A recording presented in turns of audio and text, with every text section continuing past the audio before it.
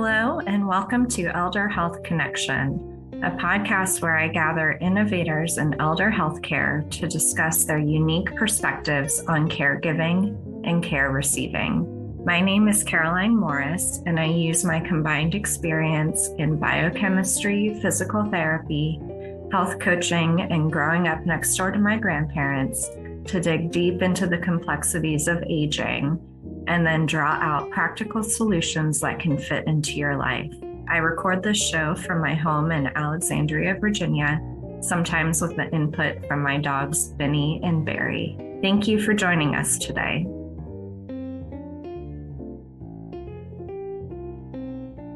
Today, we are joined by Larisa Ma of Alki Spa in Seattle, Washington.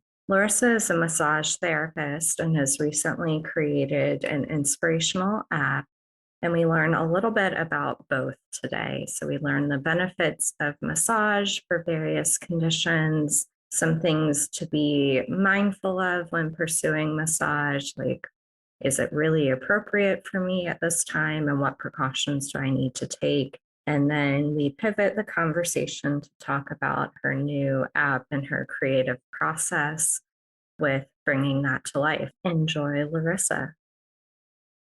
Hi, Larisa. Welcome to the show. Thank you for having me, Caroline. Yeah, I'm excited for our conversation today. So to get started, can you tell us a little bit about yourself and where you're located?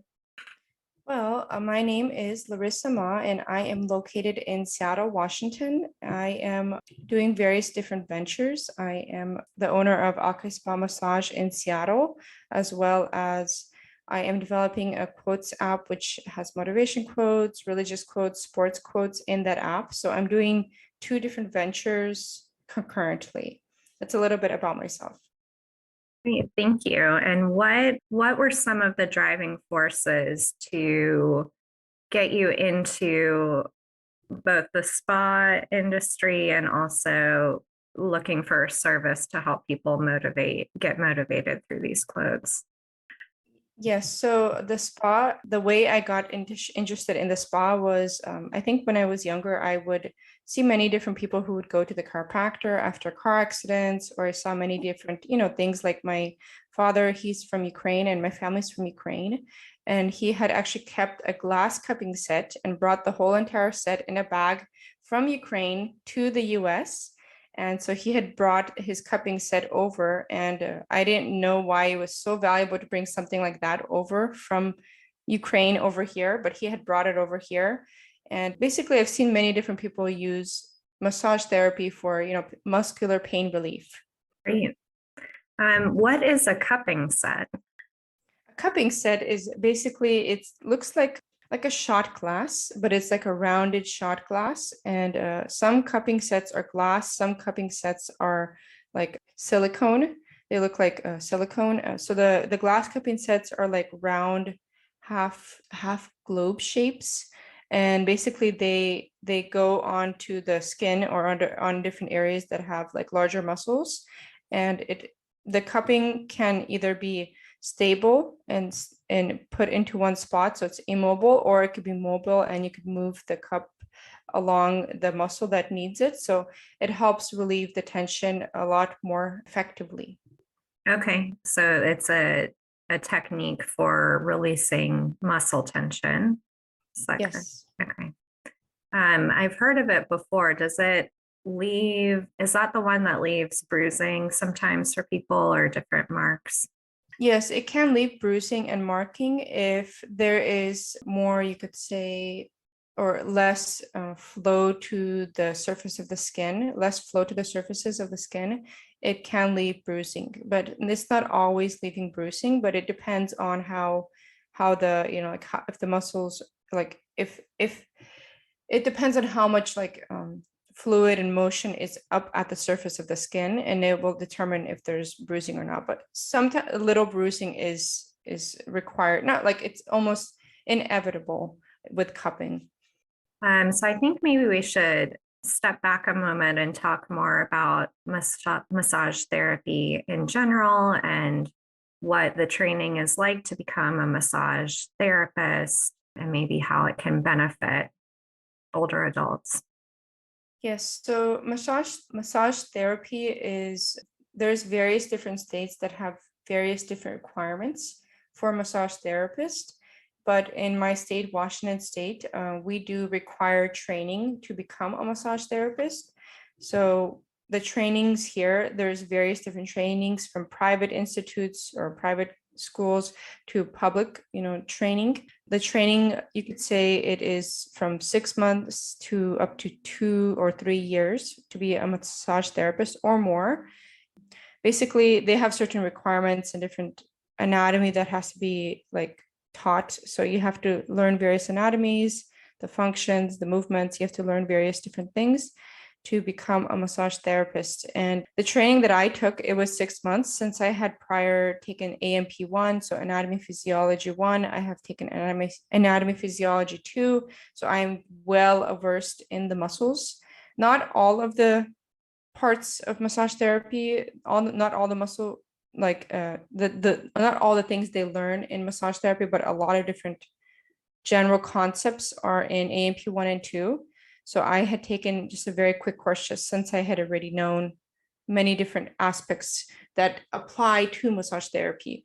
And so like when I had taken the exam, it was the first time and I had, passed it on the very first time since I had already known basically various different things. And the thing is about the studying, it was a very, very intense 6 months since it was an overview of like maybe 2 full semesters of very dense material of AMP 1 and 2.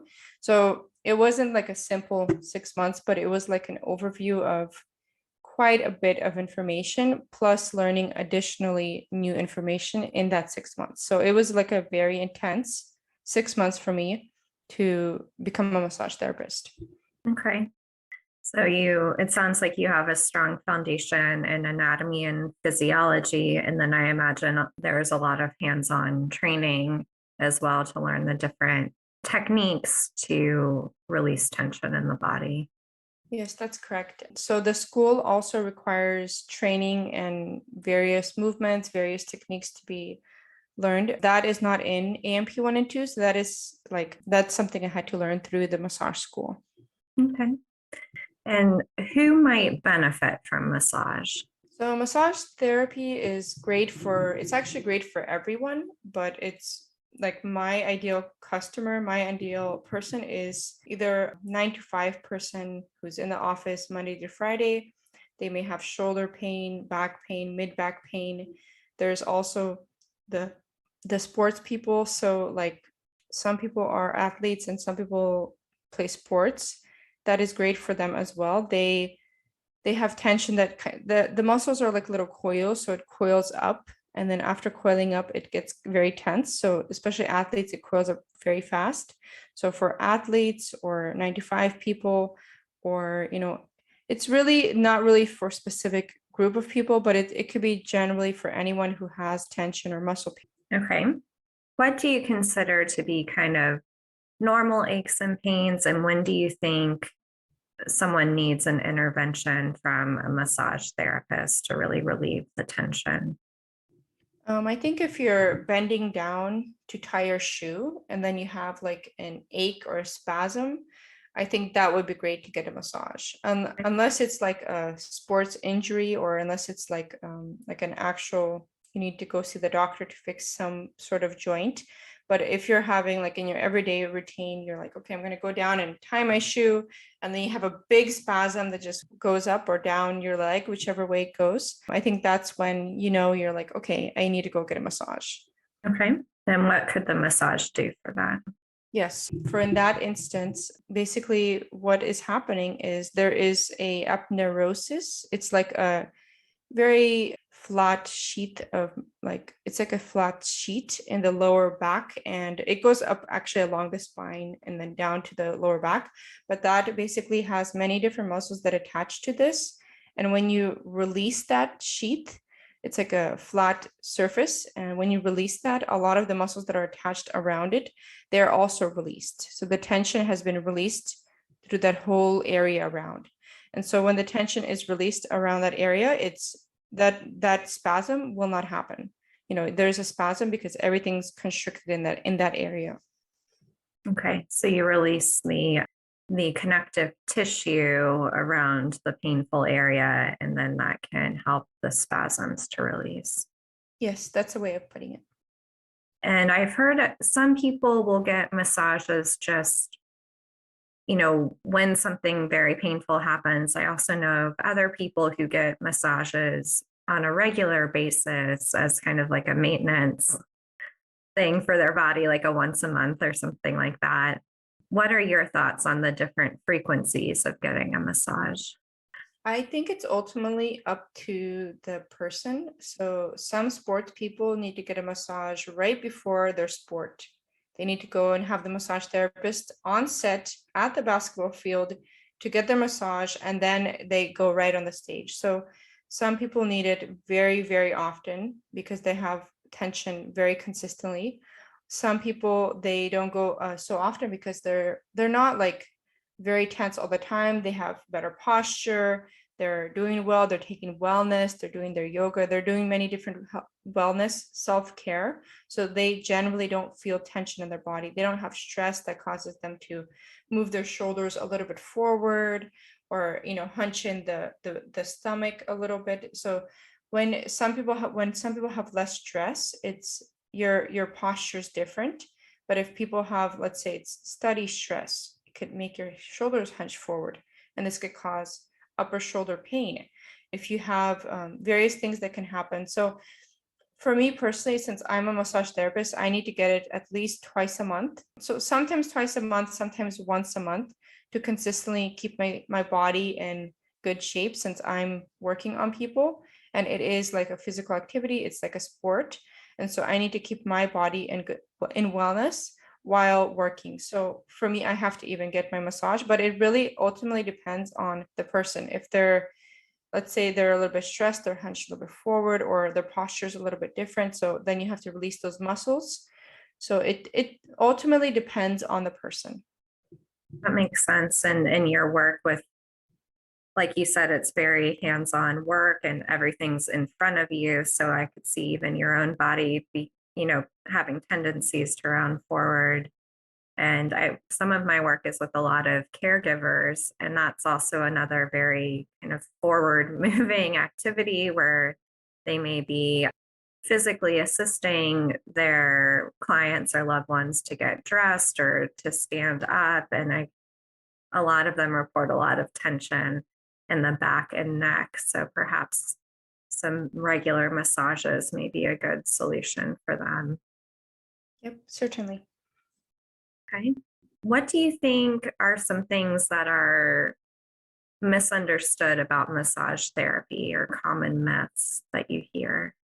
I think some people, like, I actually went onto the podcast because I feel like there's not enough education in massage therapy and into, the general wellness field. Some people consider exercise to be a way of relieving pain in the body, or some people like, have other ways of replacing, releasing. They basically use various things to release the pain when it's not necessarily that's exactly what's releasing the pain. It's exercise can help because you stretch beforehand.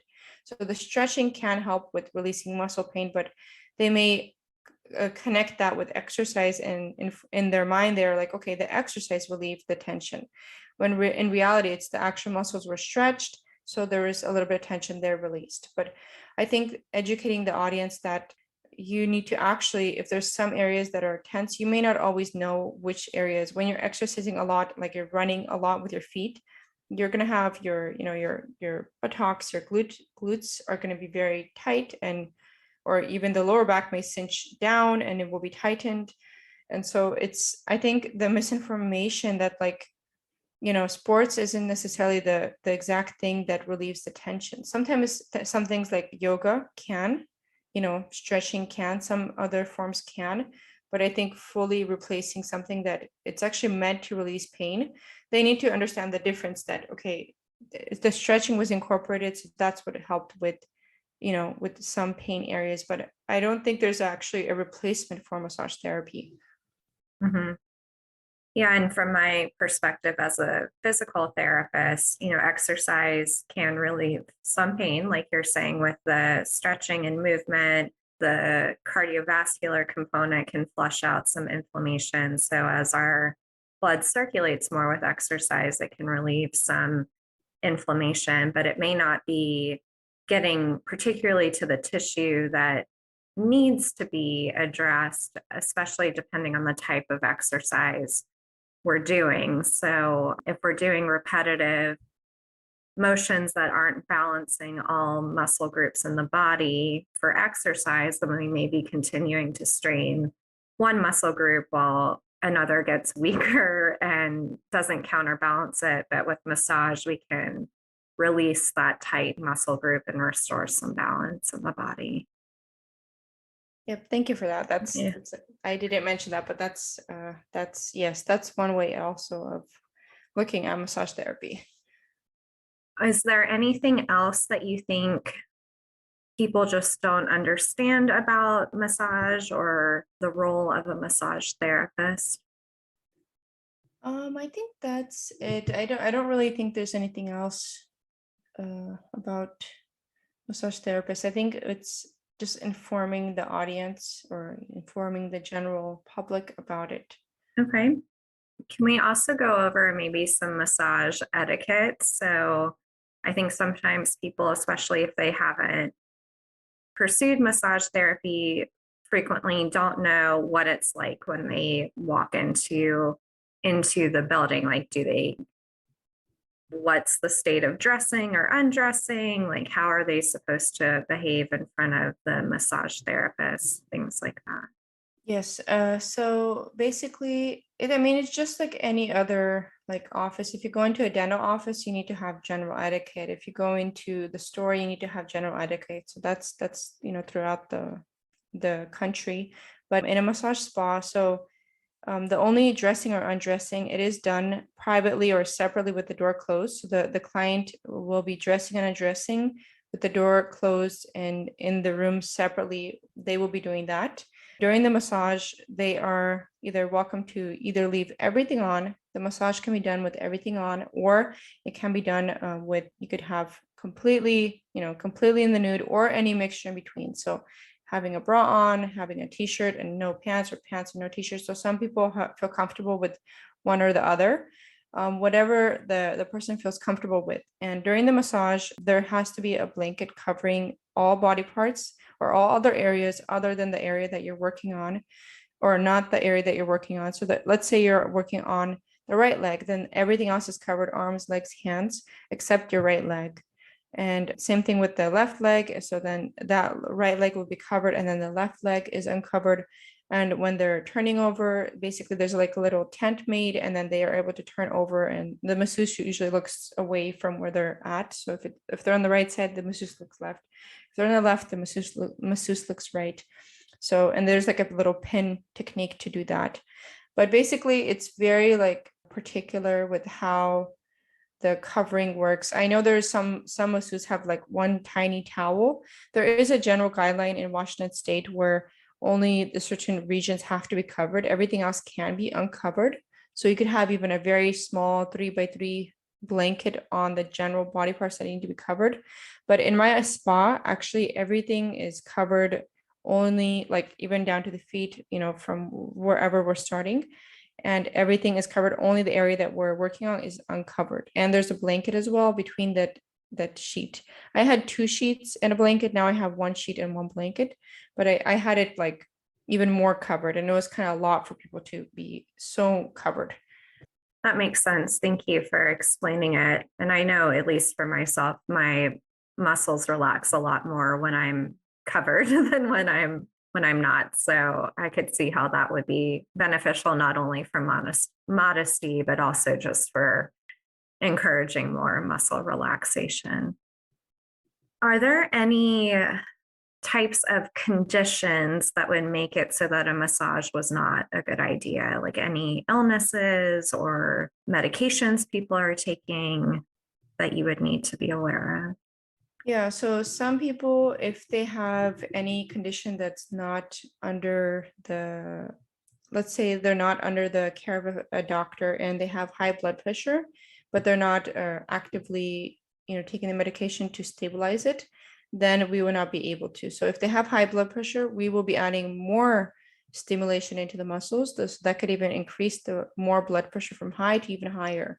So if their high blood pressure is 120, it may be like the lower number, maybe 120, it may go up even, like usually it's not 120, that's like the highest for the lower number, but let's say it's 90 on the lower number, and then we do massage and it goes up to 98. So that can, the person can start sweating, the person can have various things can happen if it is performed on somebody who has high blood pressure. So they would have to keep everything in check with a doctor in order to get a massage. Or if they have like a skin disease that's contagious, we cannot do a massage on that. If they have, let's say they had once a cold sore on their mouth, if it is not active, then we're able to perform the massage, even though it's just on the mouth. They have a cold sore, so that's an active skin, like it could be contagious. So like it could be high blood pressure, it could be the skin, it can be, there's many different things. So sometimes there's some people, if they went through surgery and it was recently out of surgery, I won't see them unless it's been 6 months and they're pretty much healed up, or the doctor says, okay, we healed up after 8 months. So whatever the time is after surgery, I won't see them until after a certain time. So sometimes the doctor requires earlier, sometimes it's later. So it's mostly up to the doctor's discretion to determine whether or not they're eligible for massage. Okay. And I'm glad you mentioned the blood pressure, because I think a lot of us think of a massage as a relaxing experience and how it might lower blood pressure, but there is a risk with uncontrolled high blood pressure that the blood pressure could get even higher during the massage itself. So that's a good thing to be aware of. What about if people are taking blood thinning medications? Would they be eligible for a massage? Yes, so if they're taking anything like warfarin or anything like that, it would be up to the discretion of the doctor. Some doctors allow massage to be taken, some do not. So it's ultimately, it is my partial, like personal decision after the doctor's cleared whether or not I want to work on this individual. But I personally, if they're taking any blood thinners whatsoever, I will not do a massage unless it's cleared by the doctor. If the doctor says it's cleared, then I will proceed with the massage. But in some cases, I didn't feel comfortable performing the massage, since some people were taking like they had an entire list of medication, and I felt like these medications work in beautiful harmony, and adding a massage into that mix, I'm not sure what the effect could be on it, unless they're consistent massage clients like of mine or of another practitioner that I'm well aware of. If they're brand new to massage, and sometimes I don't know what can happen, or I don't know if even if it has been cleared, I don't know what can happen over long term, personally. And I sometimes I don't feel like I can do a massage for certain individuals, but most individuals, once it's cleared, I'm perfectly happy to do a massage. And who normally initiates the discussion with the doctor? Is it you reaching out? Is it the client being the person asking the questions? How does that conversation go? Basically, the client submits the health history form, and if there's anything on there that I need to address, or let the client know, like, hey, you have high blood pressure, I normally let the client reach out to the doctor, since they have the immediate contact information. I may have a number, but it's not always the best way, because I'd have to sign a consent form release to contact the doctor. The patient or the client has direct contact with the doctor, and they're able to contact them directly without having to sign forms and different things. So I normally let them just complete this form, and then they'll bring it completed, or the doctor will send it once they've informed their doctor. So I know I should probably go the opposite way, but I let most people in this area, they have like the website where you could just attach a form and the doctor will complete it. So it's very, very simple here. Okay, so that's another thing to keep in mind when any of us are going for our regular appointments with our physicians, or thinking about starting massage, just to ask the questions so that we're really keeping that team approach in mind, with the massage therapist being potentially another person on the health team. So we're all aware of what's going on and making sure it'll be a good outcome. So, can you tell us a little more about your app and what some of the motivation was to develop this app? In 2020, there's a lot of different events that had happened in 2020. Prior to 2020, I was actually a dental assistant and I was working side to side with the dentist and, managing his schedule and then also working directly with him. And so I've been doing that for about 5 years or so in the dental office. I've, seen many different health histories there. Basically, in 2020, our office was told to close down since our corporate headquarters are located in California. So they closed down all their locations for 3 months, and we were closed for 3 months. And in that time, I had completed my requirements for dental hygiene school, and I was going to pursue dentistry. And then I figured that I'm like, my passion for dentistry is about 5 year passion. Like after 5 years, I don't know if I could go back, study 2 more years and go back into the dental office for another 5 years. So I know I love, beautiful smiles, people out of pain in the teeth areas, I love all of this, but it wasn't my in my heart passion. And there was something that was missing there. Like I felt there was this like longing for something. And then there was like this issue in my heart I had. I was accepted to the dental hygiene school at Lake Washington Institute of Technology, as well as the Seattle Central Dental Hygiene Program. And I believe Shoreline would have been next, Shoreline Community College.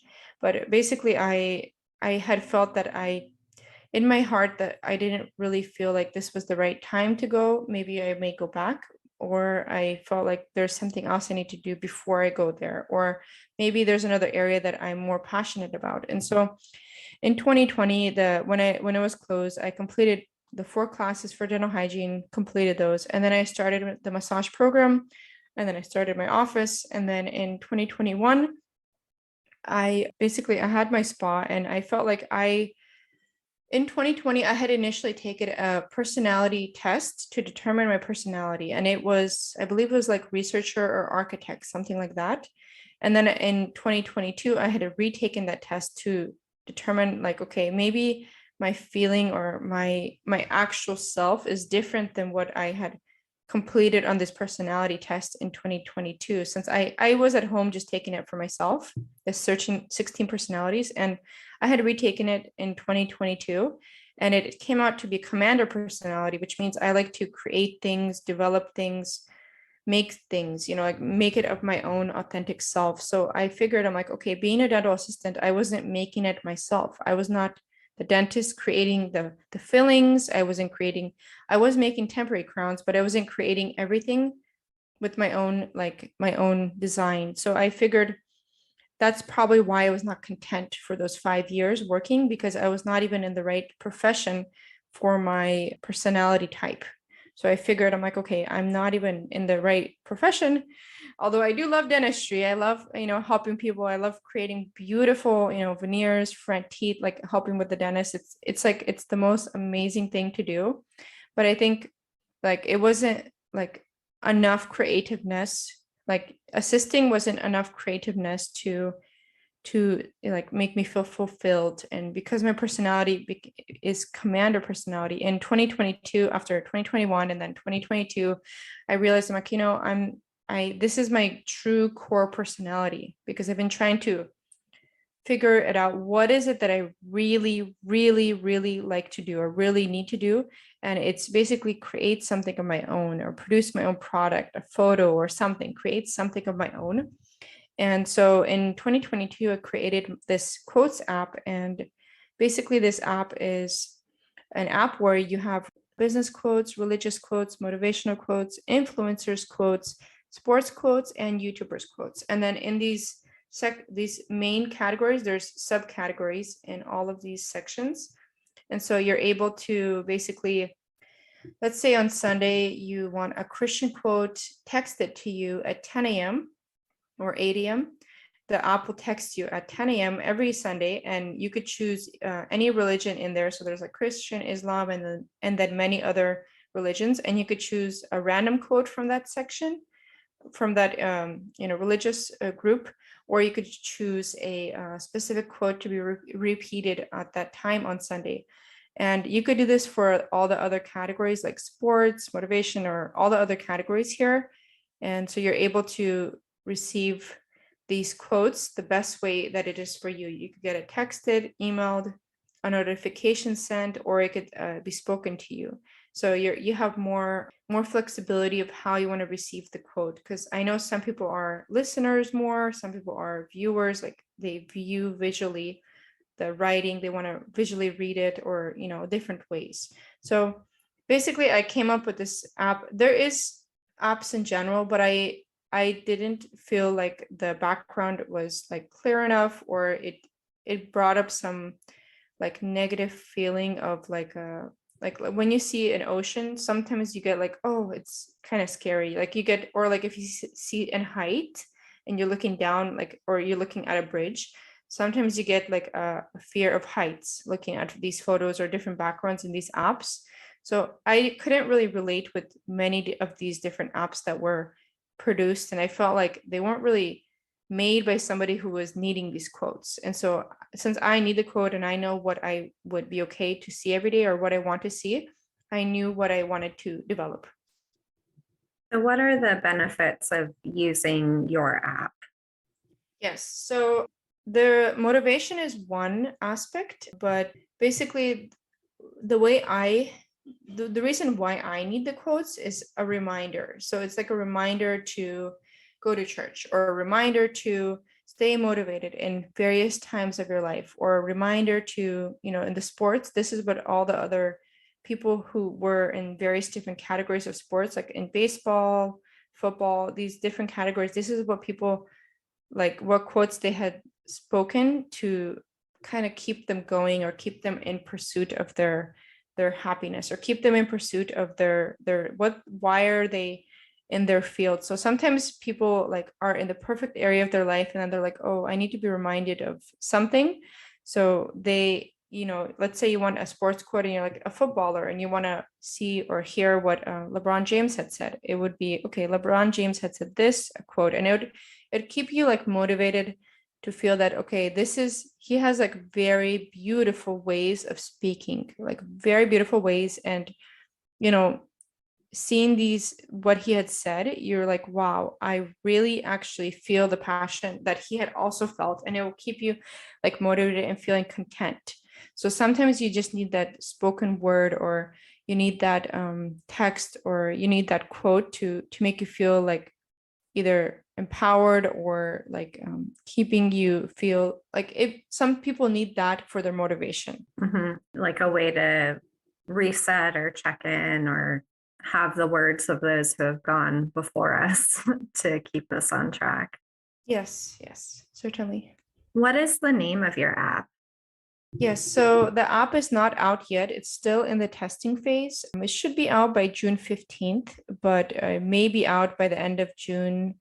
And the name of the app is Intelligence Quotes App. And so it's Intelligence Quotes, but I call it Intelligence Quotes App. Okay.